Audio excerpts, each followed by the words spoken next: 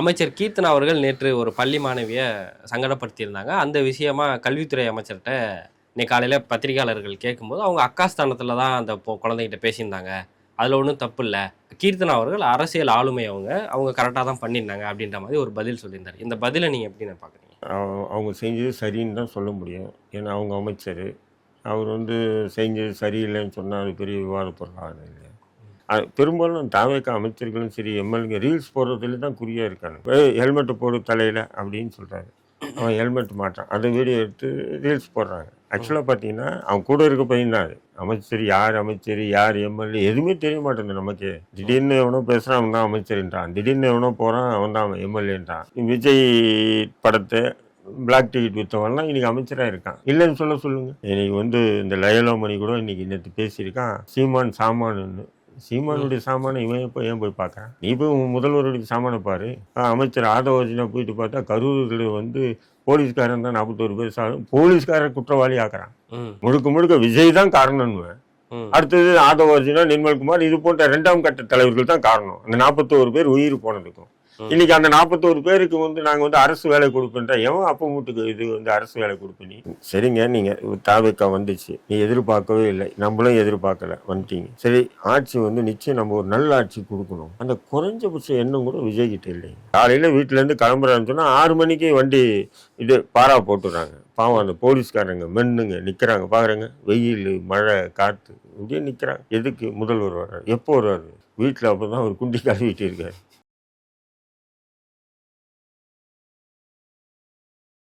வணக்கம். இன்னைக்கு நம்ம கூட பேசுறதுக்கு அண்ணன் தடா ரஹீம் அவர்கள் தான் இணைஞ்சிருக்காங்க. வாங்க பேசலாம். அண்ணன் வணக்கம். வாங்க. அமைச்சர் கீர்த்தனா அவர்கள் நேற்று ஒரு பள்ளி மாணவிய சங்கடப்படுத்தியிருந்தாங்க. அந்த விஷயமா கல்வித்துறை அமைச்சர்ட்ட இன்னைக்கு காலையில பத்திரிகையாளர்கள் கேட்கும்போது, அவங்க அக்கா ஸ்தானத்தில தான் அந்த குழந்தைகிட்ட பேசியிருந்தாங்க. அதில ஒண்ணும் தப்பு இல்ல. கீர்த்தனா அவர்கள் அரசியல் ஆளுமை அவங்க. அவங்க கரெக்ட்டா தான் பண்ணியிருந்தாங்க அப்படின்ற மாரி ஒரு பதில் சொல்லியிருந்தாரு. இந்த பதில நீங்க எப்படிண்ணே பார்க்குறீங்க? அவங்க செஞ்சது சரின்னு தான் சொல்ல முடியும். ஏன்னா அவங்க அமைச்சர். அவர் செஞ்சது சரியில்லைன்னு சொன்னால் அது பெரிய விவாத பொருளாகுது இல்லையா? அப்படின்போது அவங்களுக்கு தான் சப்போர்ட் பண்ண முடியும். வேறு எப்படி அதை எதிர்க்க முடியாது இல்லைங்களா? ஆக்சுவலாக நீங்கள் பார்த்தீங்கன்னு சொன்னால் அவங்க அங்கே போனதே தப்பு தான். ஒரு அமைச்சராக போயிருக்கூடாது. ஏன்னா நீங்கள் உங்கள் துறை என்ன? உங்கள் துறை வேலையை நீங்கள் செய்யுங்க. அதுவே இன்னும் சரியாக செய்யலை. அதில் என்ன, இதில் ஒரு கால், ஆற்றுல ஒரு கால், சேத்துல ஒரு கால், நாங்கள் எல்லாத்துலேயும் வல்லவர்கள் தமிழுக்காக ரீல்ஸ் போட்டு அதில் பெரும்பாலும் தாவேக்கா அமைச்சர்களும் சரி, எம்எல்ஏங்க ரீல்ஸ் போடுறதுல தான் குறியாக இருக்காங்க. இப்போ சமீபத்தில் கூட பார்க்குறேன், இந்த கம்பம் தொகுதி எம்எல்ஏ ஜெகநாத் மிஸ்ரா அவன் ஒரு காரில் போகிற மாதிரி வண்டி ஹெல்மெட்டு போடு தலையில் அப்படின்னு சொல்கிறாரு. அவன் ஹெல்மெட் மாட்டான். அந்த வீடியோ எடுத்து ரீல்ஸ் போடுறாங்க. ஆக்சுவலாக பார்த்தீங்கன்னா அவன் கூட இருக்க பையன் தான் அது. புரியுதுங்களா? இப்போ ரீல்ஸ் அரசாவே தான் இருக்குது.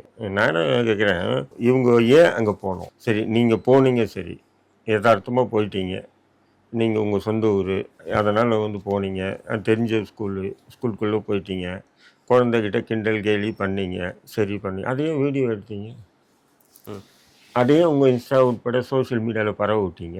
இதுதான் கேள்வி. புரியுதுங்களா? ஏன்னா நீங்களும் நானும் மனுஷன் தானே. யதார்த்தமாக போன அந்த மாணவர்கிட்ட நான் இப்போ நம்ம கூட ஒரு வீட்டுக்கு போகிறோம், விருந்தாளியாக போகிறோம், என்னப்பா படிச்சிருக்கேன் அப்படியா அப்படின்னு சொல்லி நம்ம என்ன பண்ணுறோம், நமக்கு அந்த எந்த செக்ஷனோ அந்த செக்ஷனை பற்றியோ இல்லை சில பல கேள்விகளோ நம்ம கேட்குறோம் குழந்தைங்கிட்ட. அந்த குழந்தைங்க தடுமாறி சொல்கிறது, வெக்கப்பட்டு ஓடுறது, இது எல்லாமே இருக்குது. பட் இதெல்லாம் ரீல்ஸ் எடுத்து போட்டது தான் தப்புன்னு. நீங்க பண்ணது கூட யதார்த்தம்னு சொல்லி விட்டா கூட அதை ரீல்ஸ் எடுத்து நீங்களே ப்ரொமோட் பண்றீங்கல்ல. புரியுதுங்களா? எப்படி தேர்தலுக்கு முன்னாடி ரீல்ஸ் போட்டு ஆட்சிக்கு வந்தீங்களோ அதே மாதிரி இன்னைக்கு கூட ரீல்ஸ் அரசா தான் இருக்கு. உங்களுடைய துறை என்ன? நீங்க ஒரு அமைச்சர் ஆயிட்டீங்க. குரங்கையில கிடைச்ச பூமாலை மாதிரி ஆயிடுச்சு. அமைச்சர், யார் எம்எல்ஏ எதுவுமே தெரிய மாட்டேங்குது நமக்கே. திடீர்னு எவனோ பேசுறான், அவன் தான் அமைச்சர்ன்றான். திடீர்னு எவனோ போறான், அவன் தான் எம்எல்ஏன்றான். புரியுதுங்களா? இப்போ கூட உதயநிதி ஸ்டாலின் சொன்னாரு, என்ன நீங்க தாவேக்கா எம்எல்ஏலாம் காசு கொடுத்து வாங்குறீங்களா? எங்களுக்கு தான் எம்எல்ஏன்னு யாருன்னு தெரியாது, தெரிஞ்சதான் நாங்கள் போய் கேட்க முடியும் அப்படின்னு சொல்லி சொன்னாப்புல, கிண்டல் பண்ணியிருக்காப்புல. உண்மை தானே? இப்போ அவருக்கு இல்லை, நமக்கே தெரியாது யார் எம்எல்ஏ இருக்கான், யார் அமைச்சராக இருக்கான். இப்போ திமுக இருந்தால் இவங்க தான் இருப்பாங்க, அதிமுக இவங்க தான். இப்போ புதுசாக பசங்களை போட்டு விட்டு விஜய் ரசிகனாக இருந்து விஜய் படத்தை பிளாக் டிக்கெட் விற்றவன்லாம் இன்னைக்கு அமைச்சராக இருக்கான். இல்லைன்னு சொல்லுங்க. ரசிகராக இருந்து அவன் பிளாக் டிக்கெட் விற்றவங்க எல்லாமே இருக்காங்க. அமைச்சர்களாக இருக்காங்க, எம்எல்ஏக்களாக நிறைய பேர் இருக்காங்க. அப்படி இருக்கும்போது அவங்ககிட்ட போய் என்னத்தை நீதி நியாயம் ஒரு சமூக பற்று பார்க்க முடியும், மக்கள் நலனை பற்றி பார்க்க முடியும் சொல்லுங்க? ஒன்றுமே பண்ண முடியாது. இன்னைக்கு அப்படி ஆயிடுச்சு. இன்னைக்கு இந்த லயலோமணி கூட இன்னைக்கு நேற்று பேசியிருக்கான், சீமான் சாமானுன்னு. சீமானுடைய சாமானை இவன் இப்போ ஏன் போய் பார்க்குறான்? நீ போய் உன் முதல்வருடைய சாமானை பாரு. இது எவ்வளோ பெரிய வார்த்தை இது. 15 ஆண்டுகளாக தொடர்ந்து தமிழ் தேசியத்துக்காகவும் மக்களினுடைய பணிக்காகவும் தொடர்ந்து களத்தில் நின்று போராடக்கூடிய ஒரு மனுஷனை சாமானியமானு பேசுறான். என்ன நீ யாரா? நீ ஆட்சியில் இருக்கீங்கன்ற அகங்காரமா? என்ன ஆகலன்னு எந்த மாதிரியான பேச்சு? அமைச்சர் ஆதவர்ஜனா போயிட்டு பார்த்தா கரூரில் போலீஸ்காரன் தான் 41 பேர் போலீஸ்காரர் குற்றவாளி ஆக்குறான். எங்க போயிட்டு இருக்குது? இதை எப்படி நீங்க சாதாரணமா கடந்து போக முடியும்? எப்படி போலீஸ்காரன் குற்றவாளி ஆகும்? நீங்க 12 மணிக்கு வர, நீங்க மாஸ்க் காட்டணும், ஒரு பெரிய பந்தா சீன் போடணுன்றதுக்காக 12 மணிலேருந்து வராருன்னு அந்த மக்களை தண்ணி இல்லை, இது இல்லை, வெயில், காற்று, மழை அதில் நிற்க வச்சு அதை மயக்கம் அடித்து அந்த நெரிச்சலில் செத்தாங்க. இது உலகமே அறிஞ்ச விஷயம். இதுக்கு குற்றம் சொல்லி சுமத்தணும்னா விஜய் தான் நேரடி குற்றவாளி. ஆனா திமுக தவற விட்டுருச்சுல எஃப்ஐஆர் போடாம. திமுக பண்ண மிகப்பெரிய தவறு. திமுக என்னன்னா இவனுங்கெல்லாம் போட்டு எதுக்கு வளர்த்து விடணும்னு நினைச்சு விட்டு அதுவே இன்னைக்கு அவங்களுக்கு குத்து கொடையுது திமுக. ஆமா, கோர்ட்ல கேக்குறாங்க. அன்னைக்கு திமுக அது பண்ணியிருந்தாங்கன்னா இன்னைக்கு அந்த கேள்வி இல்ல உங்களுக்கு. ஏன்னா நல்லா நம்மலாம் பாக்குறோம், நம்மலாம் திமுக எதிர்த்து பேசக்கூடிய நபர்கள், திமுக ஜால்ரா போடக்கூடிய நபர்கள், உங்களுக்கே தெரியும். ஆனாலும் அது நடந்தது திமுக மீது குற்றம் சாட்டுவதோ போலீஸ் மீது பழிய தூக்கி போடுறதோ அயோக்கியத்தனம் பண்றாரு. முழுக்க விஜய் தான் காரணம்னு. அடுத்தது ஆதவர்ஜனா, நிர்மல்குமார், இது போன்ற 2ஆம் கட்ட தலைவர்கள் தான் காரணம் அந்த 41 பேர் உயிர் போனதுக்கும். இன்னைக்கு அந்த 41 பேருக்கு நாங்க அரசு வேலை கொடுப்பேன். எவன் அப்ப மூட்டுக்கு இது அரசு வேலை கொடுப்ப? நீ வழக்கு இந்த மாதிரி இல்ல உன்னைய பார்க்க செத்தவங்க நீ எப்படி 41 பேர் அரசு வேலையை கொடுப்ப? நீ உன் வீட்டுல வேணா வேலை கொடு. நீ சம்பாதிச்சு வச்சிருக்க இல்லையா ஆயிரக்கணக்கான கோடி, வெளிநாடு உள்நாடு முதலீடு பண்ணிருக்கல, அந்த காசுல எடுத்து கொடுத்து வியாபாரம் பண்ண சொல்லு. என்னங்க சொல்றீங்க? அரசு பணி கொடுப்பேன்னு சொன்னா அவன் படிச்சுட்டு எத்தனை பேர் இளைஞர்கள் அரசு வேலைக்காக எம்ப்ளாய்மெண்ட் ஆஃபீஸில் பதிவு பண்ணிட்டு உட்காந்துருக்கான். அவனுக்கெல்லாம் இல்லாமல் அப்போ உன்னை பார்க்க செத்துட்டாங்கன்னா அவனுக்கு கொடுத்துருவியா? நீ என்ன நடக்குது நான் தமிழ்நாட்டில்? இதெல்லாம் கேட்கக்கூடாதா? கேள்வி கேட்டால் கைது பண்ணுறாங்களே, கைது பண்ணுறாங்க. கேட்டால் கைது பண்ணு, என்ன பண்ணுவேன்? கைது பண்ணுவேன், வேற என்ன பண்ணுவேன்? நீ போய் கேஸ் போடுவேன், எதோட போடுவேன்ற. நான் முழுக்க ஒட்டுமொத்த என்ன சொல்றது, கவர்மெண்ட்டுடைய அந்த சிஸ்டமே ஸ்தம்பிச்சு போயிருக்குமா? சாதாரணமா இல்லை. மலை மேலே இறங்கி படத்தில் வந்துட்டு இருக்கானுங்க தேவைக்காரனுங்க. அடுத்த கட்சியிலேருந்து ஆட்களை கூட்டு அவங்க கட்சியில் சேர்க்கறதுக்கு இருக்க ஆர்வம் ஆட்சியில் அவனுக்கு கவனம் செலுத்துறது இல்லை. சட்டம் ஒழுங்கு டோட்டலாக ஃபெயிலியராக இருக்கு. கேட்டால் கம்யூனிஸ்ட் கட்சி தலைவர் சொல்றாரு, ஏன் வேற கட்சி இருந்தால் இது மாதிரி எல்லாம் நடக்குது? இதெல்லாம் எல்லா கட்சியிலும் நடக்கிறது தான் அப்படின்றார். இப்போ எல்லா கட்சியிலும் நடக்கிறது தானே, அப்போ ஏன் ஆட்சி மாற்றம்னு கோருனீங்கன்னு கேட்குறேன். ஏன்னா இன்னைக்கு கம்யூனிஸ்டாக இருக்கட்டும், விடுதலை சிறுத்தைகளாக இருக்கட்டும், எல்லாமே நம்ம மதிமுக எல்லாமே தின்னால திமுகவுக்கு ஜால்ரா போட்டுக்கிட்டு காலத்தை ஓட்டிட்டு இருந்தாங்க. இப்போ தாவேகாவுக்கு ஜால்ரா போட்டு காலத்தை ஓட்டிருக்காங்க. இன்னைக்கு இந்த தாவேகா வந்ததுனால ஒரு விஷயம் நல்லா புரிஞ்சுது. இவங்கெல்லாம் சமூக செயற்பாட்டர் மாதிரி நான் நினைச்சிட்டு இருந்தேன் முட்டாள்தனமா. யார் இந்த கம்யூனிஸ்டுகளையே இந்த இது மியூசிக்காவெல்லாம் அப்படிதான் நினைச்சிட்டு இருந்தேன், சமூக செயற்பாட்டாளர்கள் அப்படின்னு. இப்போதான் தெரியுது இவங்க எவ்வளோ பெரிய சமூக செயற்பாட்டாளர்னு. சுயநலவாதிகளாக மாறி இருக்காங்க. நான் சொல்றேன், குறைஞ்சபட்சம் அரசுடைய தவறுகளை நீ ஆட்சியில் இருந்தா கூட எதிர்க்குமா வேண்டாமா? வைகோண்ணன் சொல்றாரு, நாங்க ஆட்சியிலிருந்து எதிர்க்க மாட்டோம், அது துரோகம்ன்றாரு. அதுதான் அயோக்கியத்தனன்ற. நான் ஆட்சியில் இருந்தா நீ எதிர்த்துனா உனக்கு கிடைக்கிறது கிடைக்காது, அந்த பயம் தானே. அப்போ அதுதான் அயோக்கியத்தனன்ற. இவங்க விஷயம்லாம் பட்டவர்த்தமா வெளியே வருது. நம்ம திமுகவை எதிர்க்கக்கூடிய நபர்கள் தான். ஆனா இவங்களெல்லாம் பார்த்தா இத்தனை நாள் ஜிங் ஜாங்னு சொல்லி போட்டுட்டு அண்ணா அறிவாலயத்தில் அடிமையா இருந்துக்கிட்டு, நேற்று பார்த்தா வன்னியரசு சொல்றாப்புல கடந்த முறை 4 சட்டமன்ற உறுப்பினராக இருந்தாங்க, யாராவது முதல்வர் அமைச்சர் ஆக்கினாரா? திமுக ஆக்கிச்சான்றாரு. ஏண்டா இது திமுக ஆட்சியில் இருக்கும்போது கேட்டா நீ ஆண்மகன் நீ இல்லையா? வன்னியரசு கேட்ட கேள்வி, நீ திமுக ஆட்சியில் இருக்கும்போது 4 சட்டமன்ற உறுப்பினர் இருந்தாங்கல்ல, எங்களுக்கும் அமைச்சரவையில பதவி கொடுங்க அப்படின்னு நீ கேட்டிருந்தா அது ஆண்மை இருக்கா இல்லையா? இன்னைக்கு உன்னை அமைச்சராகிட்டானா அதுக்காக நீ திமுக குறை சொல்ற? சொல்லுங்க. இதே வன்னியரசு ஒரு கால் எம்எல்ஏ ஆகாம வேற யாராவது விடுதலை சிறுத்தையில் எம்எல்ஏ ஆகி அந்த அமைச்சர் பதவின்னா விட்டே இருக்க மாட்டான். வன்னியரசு விட்டே இருக்க மாட்டாப்புல. முடிஞ்ச அளவுக்கு இது பாசிசம், பாயாசம், பாஜக அப்படி இப்படின்னு சொல்லி அந்த ஆட்டத்தை கலைச்சிருப்பாப்புல. அவனே எம்எல்ஏ ஆயிட்டான், வன்னியரசு எம்எல்ஏ ஆயிட்டாப்புல. இப்ப நமக்கு அமைச்சரே கிடைக்கும் போது இப்போ தாவேக்கா இன்னைக்கு தேர்தலுக்கு முன்னாடி என்னென்ன பேச்சு பேசினேன், அது திருமாவளவன் சொன்னாரு. என் வன்னியரசு எத்தனை விவாதங்கள்ல பேசியிருக்காப்புல. விஜய் எதிர்த்து கொஞ்சம் நஞ்சமாக எதிர்த்தாரு. இப்படி அப்படியே பல்ட்டி என்ன உங்களுக்கு கிடைச்சிச்சு. இதுல வேற என்னடான்னா ஆதி திராவிட துறையை வந்து சமூக நீதித்துறையா மாற்றிருக்கோம். பெரிய வெற்றி வெற்றி வெற்றி. ஏன்னா ஆதி திராவிட துறையா இருக்கட்டும், சமூக நீதித்துறையா இருக்கட்டும், இதுல உனக்கு என்ன நன்மை, உன் சமூகத்துக்கு என்ன நன்மை கிடைப்பது? ஆட்சிக்கு வந்து 50 நாள்ல 8 ஆணவ படுகொலை நடந்துருச்சே. என்ன பண்ணீங்க? இதை பத்தி யார் பேசுனாங்க? நம்ம தான் பேசிட்டு இருக்கோம். நம்ம திமுக இருந்தாலும் பேசுவோம், வேற எவன் ஆண்டாலும் சரி. அரசனுடைய மக்கள் விரோத செயல்பாடு பொதுவெளியில் பேசிட்டு இருக்கும். 8 ஆணவ படுகொலை நடந்தது. ஏன் பேசுறது இல்லை? எல்லாம் சைலண்ட் மூட்ல இருக்காங்க. திருமாவளவன் ஏன் பெரிய இஷ்யூ ஆக்குறது? இப்போ ஒரு மாநாடு நடத்தப்படுற மாநாட்டில் இதை பத்தி முக்கிய கருத்தா பேசுவார் அண்ணன் திரும்ப. இதுல வேற என்ன சொல்றாரு? நம்ம தான் முக்கியமா நம்மளதான் காயடிக்கிறாங்க, எல்லாருமே நம்மளதான் எதிர்க்கிறாங்க, நம்ம வந்து மிகப்பெரிய ஒரு சக்தின்றாரு. நீங்க மிகப்பெரிய சக்தி தான். தலித் சமூகம் என்பது சாதாரணமானது, மிகப்பெரிய சக்தி தான். ஆனா நீங்க என்ன பண்றீங்க? இப்படி ஒரு பேச்சு, அப்படி ஒரு பேச்சு, அப்படி ஒரு பேச்சு, இப்படி ஒரு பேச்சு, மாற்றி மாற்றி பேசணும்னு இன்னைக்கு சோசியல் மீடியா சின்ன சின்ன பையன் கூட என்ன பண்ணுறான், பார்க்குறான், என்னடா நேற்று இருந்தாலும் இப்படி பேசுனா இன்றைக்கி இப்படி பேசுகிறான்னு நினச்சி பதில் கொடுக்குறான். இன்னைக்கு கூட வைகண்ணங்கிட்ட கேட்குறாங்க, என்ன அவர் விசிக தலைவர் திருமாவளவன் சொல்லியிருக்காரு, நாங்கள் அமைச்சரவையில் இடம் பெற்றோம், திமுக கூட்டணியிலேருந்து தான் இருக்கோம் அப்படின்னு சொல்கிறாரு. அவர் நோபாலுக்கு பரிசு கொடுத்துருக்காங்க அப்படின்னு சொல்லி வைக்க நக்கல் அடிச்சு, நோபாலுக்கு பரிசு கொடுக்குற மாதிரி அது அப்படின்றாரு. அப்போ இவங்களுடைய அரசியல் பித்தலாட்டம் அம்பலமாயிட்டே இருக்கு. இந்த கோஷ்டி இருந்தது. இது எப்படின்னா மக்கள் பிரச்சனைக்காக எந்த ஆட்சியாளர்கள் வந்தாலும் மக்கள் பிரச்சனைக்காக களத்தில் நிற்பாங்க. இவங்க ஒரு சமூக செயல்பாட்டாளர்கள், முற்போக்குவாதிகள், மதச்சார்பத்தில் முதன்மையானவங்க, இப்படியெல்லாம் ஒரு ஒரு ஒரு சிம்பத்திக்கு இருந்தது பார்த்தீங்களா? அது எல்லாம் நாசமாக போயிடுச்சு. அவங்க கையாலே மண்ணள்ளி போட்டுட்டாங்க. இப்போனே அதிமுகல இருந்து வாங்குறாங்கன்னு சொல்றாங்க. ஆனா அவங்க தானே விருப்பப்பட்டு போறாங்க. அவர் தான் அடுத்த எம்ஜிஆர் நம்புறாங்களே. அவங்க இனிமே எடப்பாடியை நம்பி பிரயோஜனம் இல்லை, அதனால நாங்க அங்க போறோம் அப்படின்றாங்களே. இது நம்ம தாவேக்கா மேல குறை. அகிலன், நீங்க ஒரு விஷயத்தை புரிஞ்சுங்க. அதிமுகவில் வந்து இப்போ இப்படி நடக்கல. ஜெயலலிதா எம்ஜிஆருக்கு பிறகு ஜெயலலிதா தலைமை தாங்கினாங்கல்ல, அப்போ அப்படி நடந்தது. ஜெயலலிதா தலைமை தாங்கி ஜெயலலிதா கிட்ட முழு கட்டுப்பாடு வந்த பிறகு ஜெயலலிதா வந்து யார் பேச்சும் கேட்கறதில்ல, அவன் தான் தோற்றுத்தரமாக முடிவு எடுக்கிறாங்க அப்படின்னு சொல்லிட்டு எஸ்டிஎஸ் சோமசுந்தரம், கேகேஎஸ்எஸ்ஆர், திருநாவுக்கரசு, அண்ணா அறிஞர் அண்ணா கூட அரசியல் பண்ண தம்பி வா எனக்கு பின் தலைமை ஏற்கவா, நெடுஞ்செழியன், இவங்க எல்லாம் கூட விலகினாங்க. புரியுதுங்களா? விலகும் போது கூட அந்த பொம்பளை ஒரே ஒரு வார்த்தை சொல்லிச்சு, தினந்தோறும் தலை வரும்போது உதிரும் முடிக்கு சமமானவங்க அப்படின்னு சொல்லிட்டு போயிட்டே இருந்தது. அதிமுகவை பொறுத்தவரையும் அந்த கட்சியும் சின்னமும் யார்கிட்ட இருக்கோ அந்த தொண்டர்கள் அப்படியே இருப்பாங்க. இந்த தலைவர்கள் 2ஆம் 3ஆம் கட்ட தலைவர்கள் போக தான் செய்வாங்க. இன்னைக்கு ஏன் விஜயை நோக்கி போறாங்க? நான் என்ன சொல்றேன், உங்களுக்கு அடையாளம் கொடுத்தது யாரு? அதிமுக தானே. நான் இப்போ சமீபத்தில் கூட என் பையன் கல்யாணத்துக்கு முன்னாள் அதிமுக அமைச்சர் நம்ம ஜெயக்குமார் கிட்ட பத்திரிக்கை கொடுக்க போயிருந்தேன். அப்போ அவர்கிட்ட பேசும்போது அவர்கிட்ட கேட்டேன், நீங்கள் எப்படி முடிவு பண்ணி வச்சுருக்கீங்க, அப்படி எதுனா போகிற ஐடியா இருக்கா அப்படின்போது இப்போ ஒரே வார்த்தை சொன்னாப்புல ஜெயக்குமார். எனக்கு நீண்டகால நண்பர் அவர்.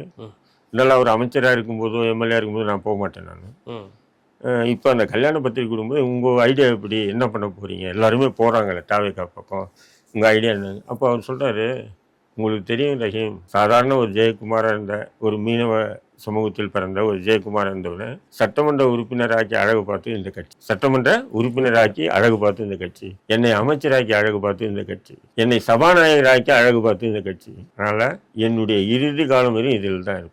ஆனால் நான் போக மாட்டேன். எனக்கும் தலைமைக்கும் முரண்பாடு இருக்கலாம், அது இல்லைன்னு சொல்லல, அது வேற விஷயம். ஆனால் நான் கட்சி விட்டு போக மாட்டேன், இருப்பேன், இதுலேயே தான் இருக்கும். அதுதான் அதிமுகன்றது. அப்படி வந்து லட்சக்கணக்கான தொண்டர்கள் இருக்காங்களா இல்லையா? இது வந்து எப்படின்னு சொன்னால், விஜய் வந்து அப்பட்டமான ஒரு விதமான குதிரை பேர அரசியல் வந்து பகிரங்கமாக பண்ணுறோம். பேச்சு ஒன்று செயல் ஒன்றா இருக்கு. நாங்கள் ஊழல் 10 விசா செய்ய மாட்டோம், பண்ண மாட்டோம் இல்லையா? ஊழல் செய்ய மாட்டோம், செய்யவும் விட மாட்டோம், செஞ்சவங்களே விட மாட்டோம் அப்படின்னு உறக்க செஞ்சவங்களே விட மாட்டோம். அது யாரு? திமுக அதிமுக எல்லாரும் செஞ்சவங்களே விட மாட்டோம். அப்போ செஞ்சவங்களே விட மாட்டேன்னு சொல்லிட்டு நீ கூட்டு வந்து கட்சி. இப்போ விஜய் பாஸ்கர் யாரு? குட்கா. அவரும் வந்து ஒரு ப்ரொஃபஷனல் டாக்டர். அவர் சாதாரணமாக டாக்டர் பட்டம் வாங்கல, அவர் எம்பிபிஎஸ் டாக்டர் இருக்கா இல்லைங்களா? அவரே வந்து குட்கா விஷயத்துல முக்கிய குற்றவாளியா நீதிமன்றத்துல இதுவாயிடுச்சு. இப்போ இருக்கா இல்லைங்களா? தீர்ப்பு மேல்முறையீடுல நிக்குது, நீதிமன்றம் தீர்ப்பு சொல்லிச்சு, மேல்முறையீடுல நிக்குது, இருக்கா இல்லைங்களா? இப்போ அது போன்ற நபரை உங்க கட்சியில சேர்த்து உங்க துண்டை போட்டு கட்டி அணைக்கிறீங்க. விட மாட்டேன்னு சொன்னா இதுதானா? பிடிச்சிட்டு வந்து உங்க கூட சேர்த்துக்கிங்களா? எப்படி பாஜக வந்து அஜித் பவர் மீது 1000 கோடி ஊழல்னு பிரச்சாரம் பண்ணிட்டு தேர்தலுக்கு பிறகு அஜித் பவர் பாஜக கூட்டணிக்கு ஆதரிச்சாருன்றதுக்காக அவர் பரிசுத்தவனா மாறிட்டாரோ மகாராஷ்டிராவில். அதே மாதிரி இங்கே விஜய்க்கு வந்து ஊழலே எதிர்ப்பாரு, ஊழல்ல 10 பைசா வாங்க மாட்டாரு, ஊழல் செய்ய விட மாட்டார், செஞ்சவங்களும் விட மாட்டேன்னு சொல்லிட்டு அவர் கட்சியில் கூட்டு வந்து சேர்க்கிறாருன்னா இதெல்லாம் என்ன அயோக்கியத்தனமான அரசு. இன்னும் கூட விஜயுடைய செயல்பாடுகள் முழுக்க முழுக்க சினிமாத்துவமான ரீல்ஸ் அரசாக தான் இருக்கு. உதயநிதி ஸ்டாலின் சட்டமன்றத்தில் சொல்றாரு இல்லை, இன்னும் ரீல்ஸ் அரசா இது உண்மை. அது இப்போ ராஜ்மோகன் அவர்கள் இன்னைக்கு அதே பத்திரிகையாளர் சந்திப்பில் சீமான் அவர்கள் ஒரு கேள்வி வச்சிருந்தார் நேற்று.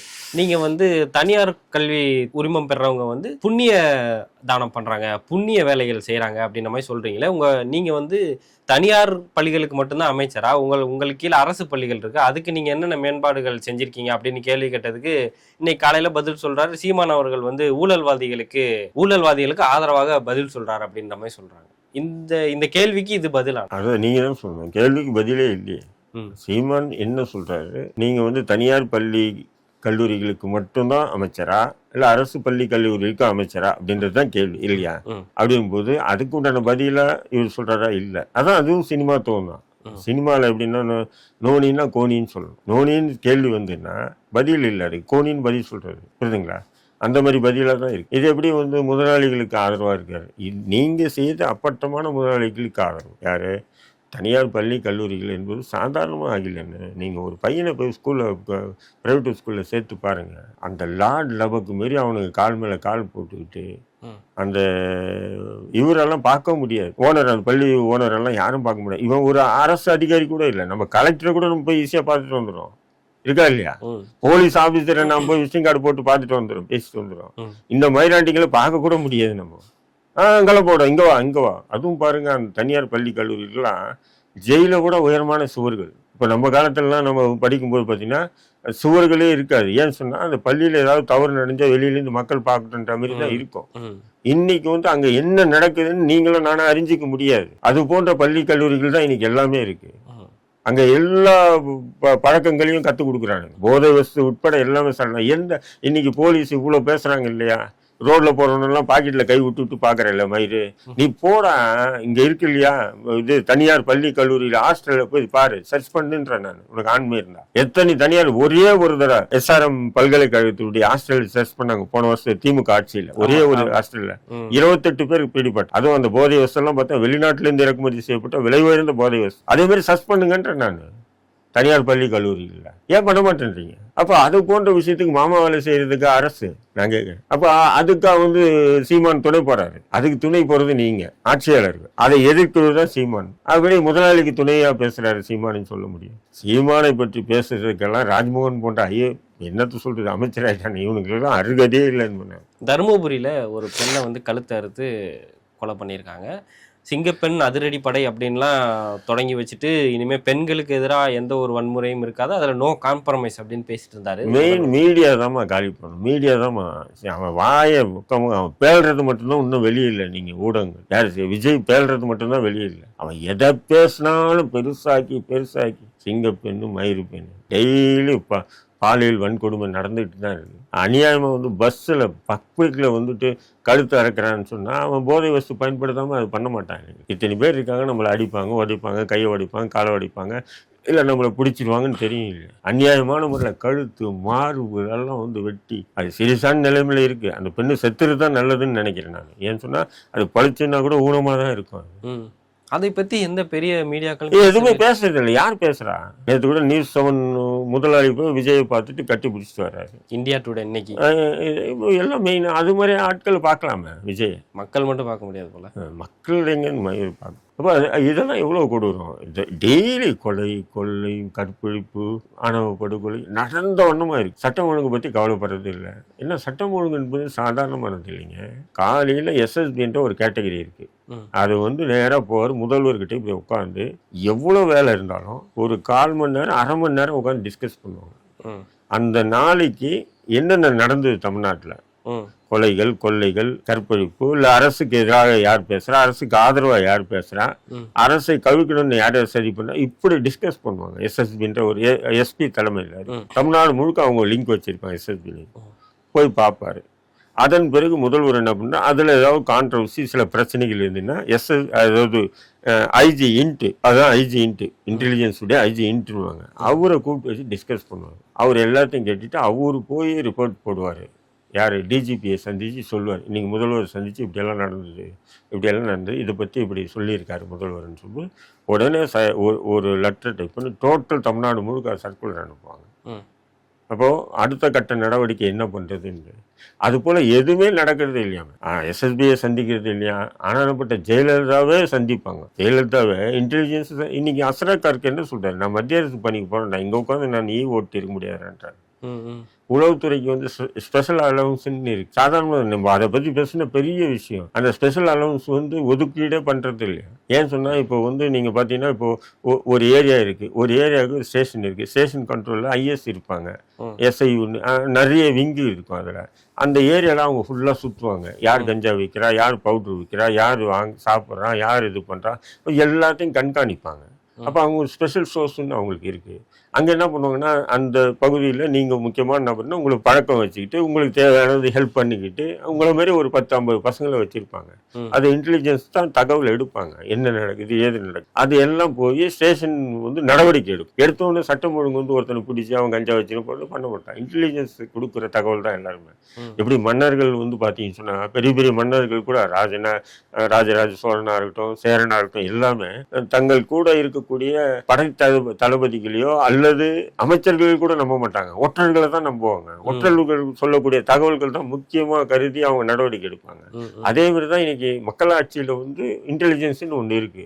இந்த இன்டெலிஜென்ஸை வந்து முழுக்க வந்து அவ்வளோ தகவல்கள் வரும்.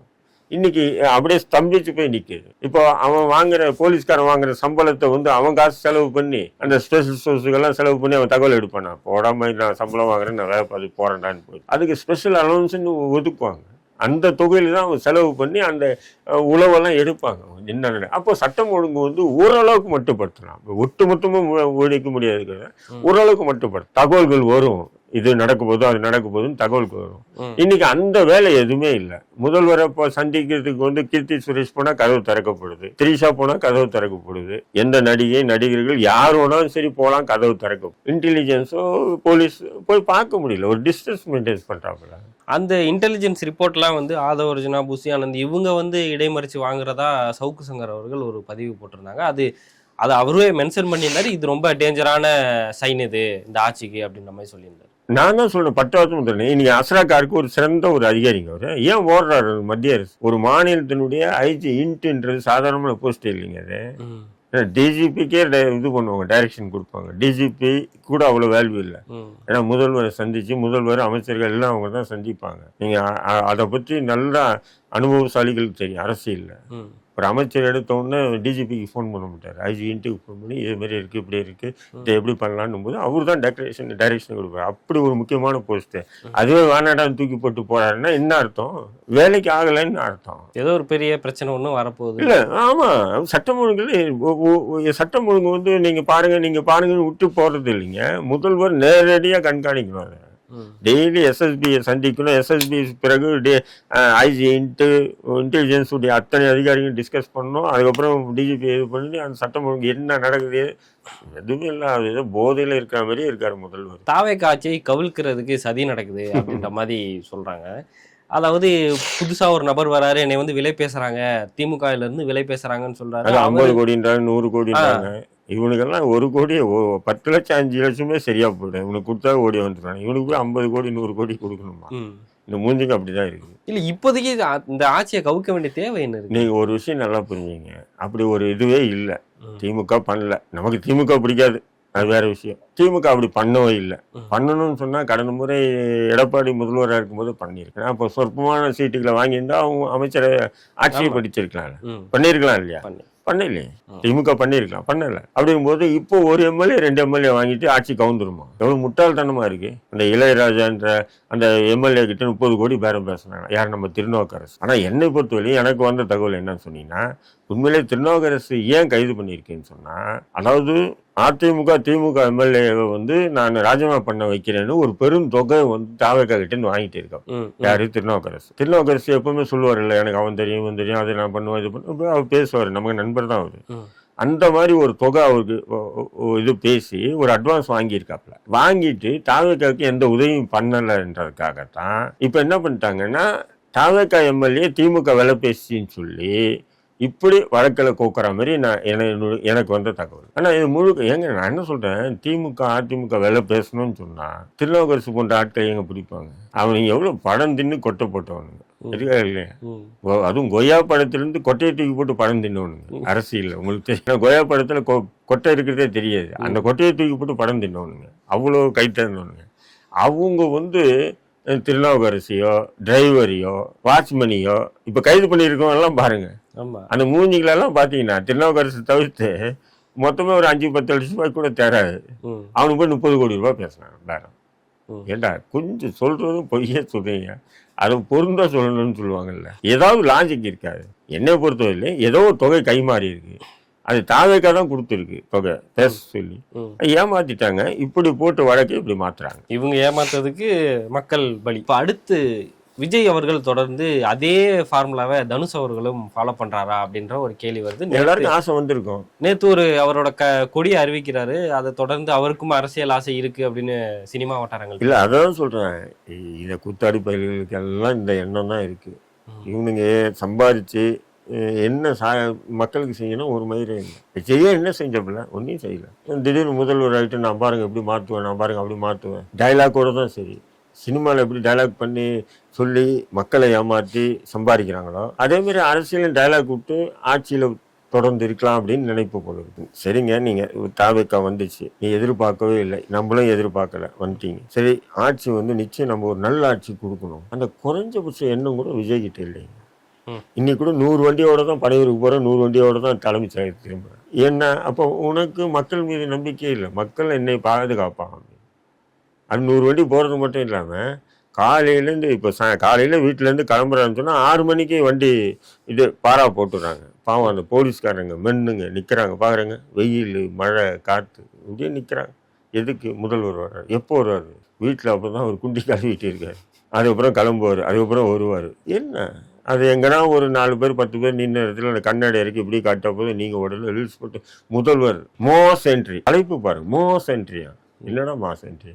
அது கண்ணாடி முழுக்க இறக்கிறதுக்கு கூட பயந்துக்கிட்டு பாதி வரைக்கும் அப்படின்றான். உடனே அதை பாருங்க எல்லாம் ரீல்ஸை போட்டு இந்த சோசியல் மீடியாவில் இந்த வியூவர்ஸை கூட்டுறதோ டிஆர்பி ரேட் ஏற்றுறது. இப்படி முன்னாடி வேற யாருக்கும் பண்ணது இல்லையே, விஜய் அவர்களுக்கு பண்றாங்கன்னா அது மக்கள் விரும்புறாங்க. மக்கள் விரும்புறாங்கன்றத நீங்க பண்ணாம விடுங்க, விஜய் எல்லாம் காலி. நீங்க சோசியல் மீடியாவில் பேசி சோசியல் மீடியாவில் இல்லை மீடியாவில் காரணங்க அவன் உங்களை மயிரை கூட மதிக்கிறது இல்லை, மனுஷனா கூட மதிக்கிறது இல்லை. ஏன் நீங்க அவன் செய்தி முதன்மைப்படுத்துறீங்க? கண்டுக்காம விடுங்க. விஜய் வராரு, போறாரு, கிளம்பிட்டாரு, சட்டமன்றத்துக்கு போனார், சாப்பிட்டாரு, சட்டமன்றத்துக்கு போய் தண்ணி குடிச்சாரு, சட்டமன்றத்துக்கு போய் பிறண்டாருன்னு சொல்லி தான் எவனும் போடல. அதுலேயும் பாருங்க ஒருத்தன் போடுறான், இதுவரையில் எந்த முதல்வரும் மதிய உணவு சட்டமன்றத்தில் உண்டதில்லை, சாப்பிட்டதே இல்லையா மதிய உணவு. ஏன் இப்படி ப்ரொமோட் பண்ணுறீங்க? அவரே எடுத்துட்டு வந்து அவரே சாப்பிட்றாரு, அவர் வாயால் அவரே சாப்பிட்றாருன்னு சொல்கிற மாதிரி தான் உதயநிதி ஸ்டாலின் சொல்லிட்டு அவர் வாயால் அவரே சாப்பிட்டார் அப்படின்னு சொல்லலை ஊடகங்கள், மற்ற எல்லாம் சொல்லிட்டீங்க. இப்படி ப்ரொமோட் பண்ணக்கூடாதுன்னு இது அவருக்கு என்ன ஆயிடுதுன்னா ஒரு கர்வம் வந்துச்சு மனசுக்குள்ள. யாரையும் நம்ம ஒரு என்னது மிகப்பெரிய காட்ஃபாதர் மாதிரி நம்ம இன்னி நம்மளை எவனோ அப்படின்ற ஒரு ஆணவம் வந்துச்சு. அவ கூட இருக்க அல்லு சில்லுகளுக்கு அதோட அதிகமான ஆணவம் வந்துச்சு. யார்? விஜய் கூட இருக்கக்கூடிய சில அல்லு சில்லுகளுக்கு அதோட ஆணவம் வந்துச்சு. நேற்று இந்த லயலாம் பண்ணி சொன்னேன் இல்லைங்களா, ஆமா சீமான் சாமான் பேசுகிறேன். அவன் என்னைக்கு போய் சீமான் சாமானை பார்த்தான்னு தெரியல. என்னடா சீமானுடைய அரசியல் என்ன? 15 வருஷமா அந்தாள் நமக்கு தெரிஞ்சு கேஸை வாங்கி அதை வாங்கி மக்களுக்காக போராடிட்டு களத்தில் நிற்கிறாரு. வெயில் மழை சேரு பனி நிற்கிட்டு, நீ போய் அவரை போய் சாமானின்னு சொல்கிற நாய் என்னத்து சொல்கிறேன். பல விஷயங்கள் பேசியிருக்கோம், மக்கள் மத்தியில் போய் சேரும்னு நினைக்கிறேன். உங்கள் நேரத்துக்கு மதிக்கும் ரொம்ப நன்றி.